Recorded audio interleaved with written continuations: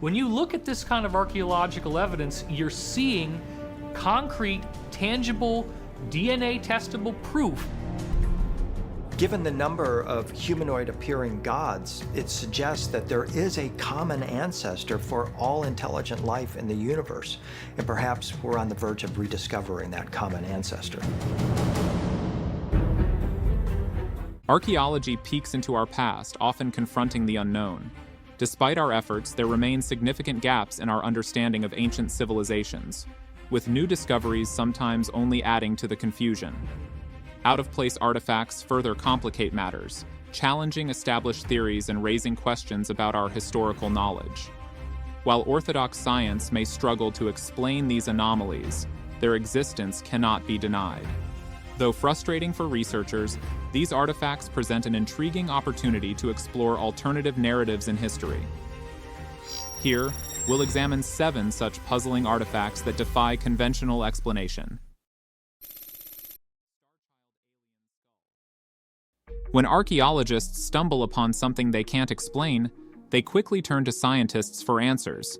But what happens when scientists have no convincing explanations to offer? They try their best to come up with theories that often leave us with more questions than answers. This is precisely the case with this out-of-place artifact dubbed the Starchild Skull.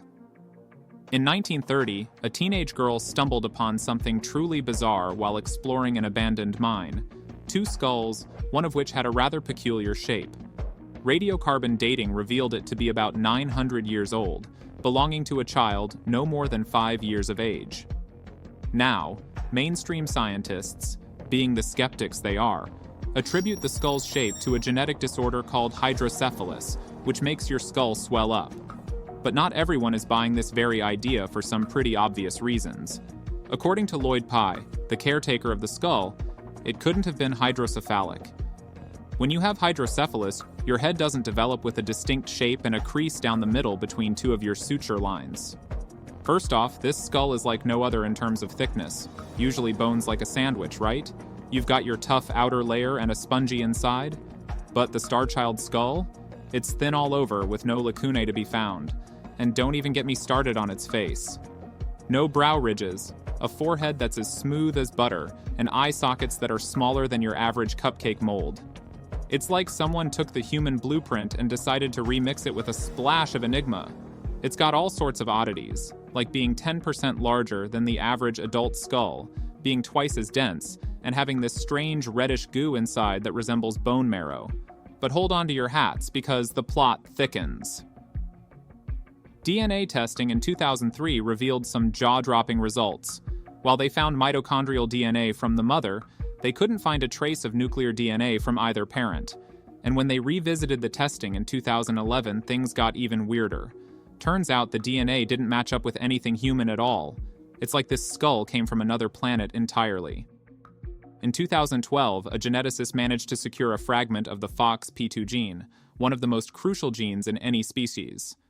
When they analyzed this master gene from the Starchild skull, the results were mind-blowing. Normal humans have the same base pairs in this gene, but the Starchild had 56 variations. To put that in perspective, even a highly unusual humanoid would only have 1 to 3 differences. More than 5 to 10 would suggest a different species altogether. But 56? That's like finding an alien in your backyard. Now, I know what you're thinking. Why would mainstream science resist such mind-blowing information? Well, it's like opening Pandora's box for them.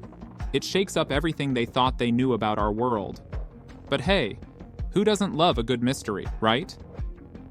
Although Lloyd Pye may have passed on, research continues, hoping to unlock the full genetic code of this enigmatic skull. Who knows?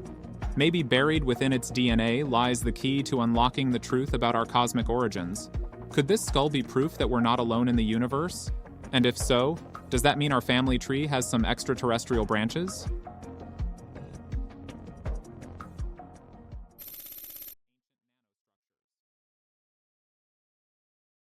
Back in 1991, scientists digging around the Ural Mountains looking for gold stumbled upon something way more intriguing. Tiny, spiral, coil-shaped artifacts by Russia's Kozhim, Narada, and Balbanyu rivers. These tiny wonders kicked off a debate that's still buzzing today. suggesting a civilization was dabbling in nanotechnology a mind-blowing 300,000 years ago. It's like finding a diamond in a haystack, only this diamond turns history on its head. The pieces were found between 10 and 40 feet deep in a layer of earth dating back 20,000 to 318,000 years. How on earth did humans manage to create such tiny components so long ago, and what were they for? Some think these coils show that humans had advanced technology during the Pleistocene era, while others believe they were made by extraterrestrials. What do you think? Imagine finding a secret metal workshop underground. Some of these artifacts are so small they make a grain of sand look huge. And the icing on the cake? They're perfectly proportioned, almost like they were made for an ancient micro-world.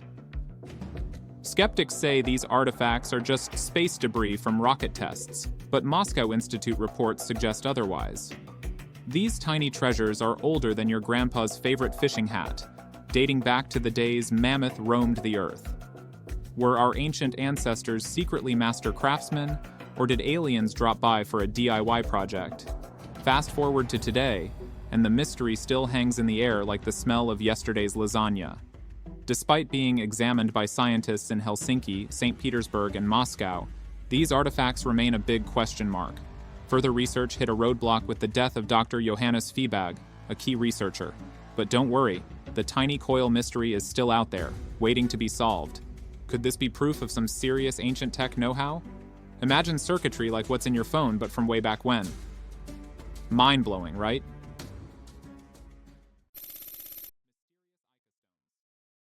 So there's this wild collection known as the Ica stones that's puzzling everyone. Archaeologists, ancient astronaut buffs, and even creationists. Can you imagine over 15,000 stones, each one etched with an array of bizarre images, from dinosaurs to surgical procedures to telescopes? Some skeptics shout, fake, while others argue these stones are proof that ancient humans might have been pals with dinosaurs. These carvings range from simple sketches to detailed scenes that merge elements from different cultures and epochs. There are depictions of everything under the sun: flowers, fish, and yes, those dinosaurs, spurring heated debates. Do some symbols eerily echo the famous Nazca lines, like that monkey that seems ripped right from the Peruvian desert?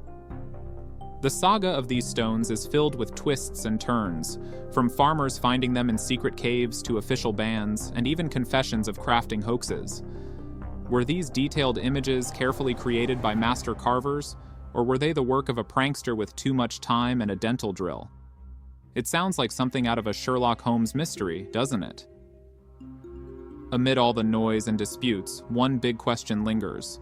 Are the Ica stones genuine artifacts or just elaborate fakes? While some claim they could turn our history books inside out, others write them off as nothing more than crafty fabrications. But regardless of the truth, they continue to spark the curiosity of those eager to decode their mysteries. Fancy yourself a bit of a detective? Maybe it's time to visit the Ica Museum and put your sleuthing skills to the test. Who knows what secrets you might dig up? Perhaps a reality more bizarre than any fiction.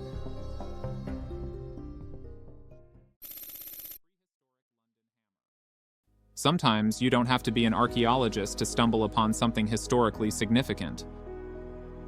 Back in 1936, a local couple from London, Texas, stumbled upon something straight out of a sci-fi flick while strolling along a creek. A hammer. Yes, that's right, a hammer. But this wasn't just any hammer. It was a prehistoric one, embedded within ancient rock, partially petrified. So, what's the big deal with finding an iron hammer stuck in ancient rock? Archaeologists find old stuff all the time, right? But hold on, because this hammer is no ordinary discovery. Known as the London Hammer, it's sparking debates and blurring the lines between history and fantasy.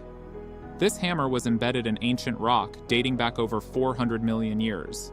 Yes, 400 million years. But how did a hammer end up snug in a rock that predates dinosaurs?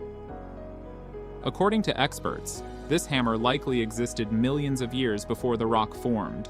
Its craftsmanship baffled researchers, with a handle carbonized and a head of nearly pure iron. Traces of chlorine and sulfur added to the mystery. Researchers also believe that because the hammer's head was discovered embedded in rock, it indicates the embedding occurred under atmospheric conditions different from today's, possibly resembling those of the distant past, with varying atmospheric pressures. Some suggest this artifact hints at lost civilizations or even extraterrestrial involvement. Others argue it's merely a relic of forgotten metallurgical techniques. Regardless, it's ignited debates about humanity's origins, sparking curiosity and skepticism alike. So, whether you're a believer in ancient astronauts or a skeptic, one thing's certain: the hammer and the stone is a tale as old as time, keeping us questioning and pondering our past.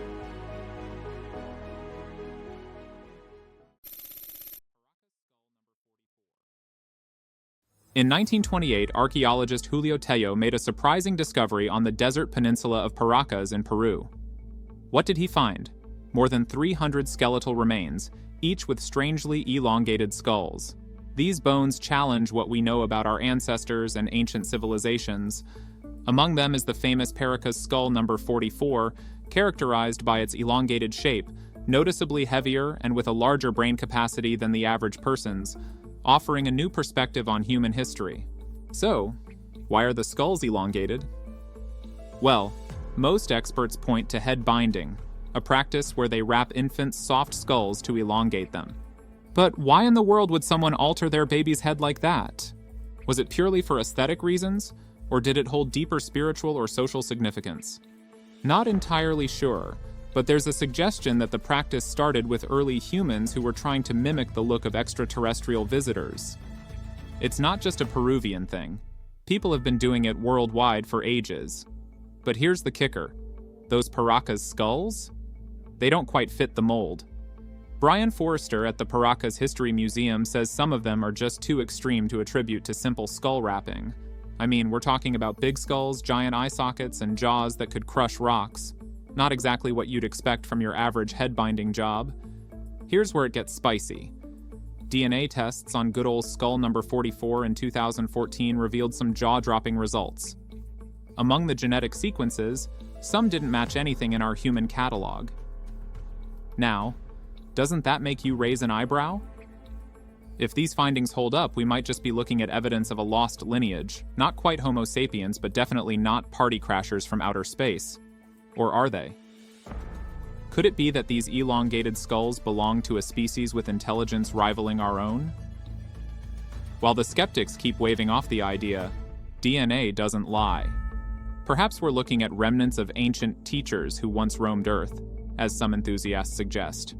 Whatever the case, these skulls from southern Peru challenge us to rethink our past, presenting a puzzle wrapped in a mystery inside a riddle. Who were these beings? And what secrets are they still holding on to?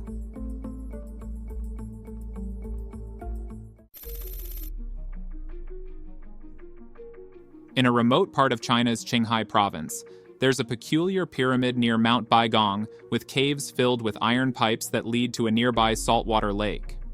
Popularly known as the Baigong pipes, these pipes range in size from large to tiny and are believed to be around 150,000 years old. Can you believe that? According to the Beijing Institute of Geology, these pipes were smelted back then, suggesting that if humans made them, our understanding of history needs a serious update. This dating method, called thermoluminescence, measures how long it's been since minerals were last exposed to heat or sunlight. Here's the twist. Humans have only been in that area for about 30,000 years, mostly as nomadic tribes who certainly weren't into building complex structures. The Chinese state-run news agency Xinhua reported on this strange pyramid and the pipes back in 2002, after a team of scientists went to investigate. Some people think the pipes are a natural formation, but Yang Ji from the Chinese Academy of Social Sciences thinks they could be the work of ancient intelligent beings, or even extraterrestrials. It sounds like a plot straight out of a sci-fi movie, doesn't it? Adding to the mystery, the pipes lead into a salty lake, with a freshwater twin lake nearby and odd-shaped stones scattered around. Local authorities had the pipes analyzed, and they found that while most of the material was typical, about 8% was unidentifiable. Liu Shaolin, an engineer who did the analysis, said the pipe's age is evidenced by their interaction with the surrounding sandstone. To top it all off, some pipes were found to be highly radioactive, according to Zheng Jiandong from the China Earthquake Administration. This place really keeps you on your toes, doesn't it? No modern industry exists in that harsh, remote area, only a few herdsmen. So who or what created these ancient pipes?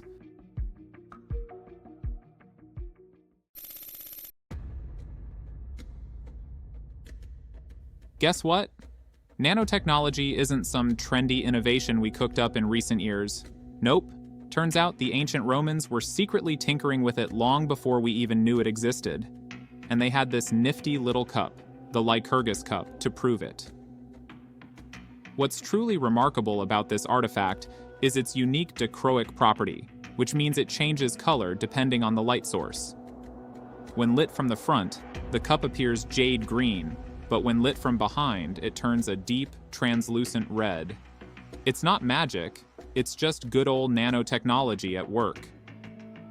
Inside this seemingly ordinary cup, scientists found something truly remarkable.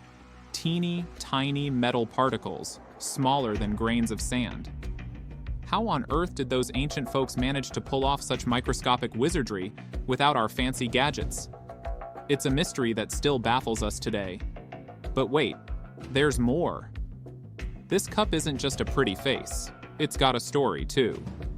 The detailed design depicts the mythological scene of King Lycurgus of Thrace entangled in vines, a punishment from the god Dionysus for opposing the spread of wine and revelry. It's a relic steeped in history and mystery. And get this, it's not the only one. The Lycurgus cup is just the tip of the ancient nanotech iceberg. Just like the ancient nanostructures we covered earlier. Who knows what other mind-blowing discoveries are waiting to be unearthed? So, what's the deal with all this ancient nano stuff? Well, it goes to show that human ingenuity knows no bounds, whether it's 300,000 years ago or today. Maybe one day, we'll crack the code and figure out how they did it. Until then, who knows what other mind-bending artifacts are out there, just waiting to be discovered. Drop your thoughts and theories in the comments below. If you enjoyed this video, don't forget to hit that like button, subscribe, and ring the bell so you never miss an episode.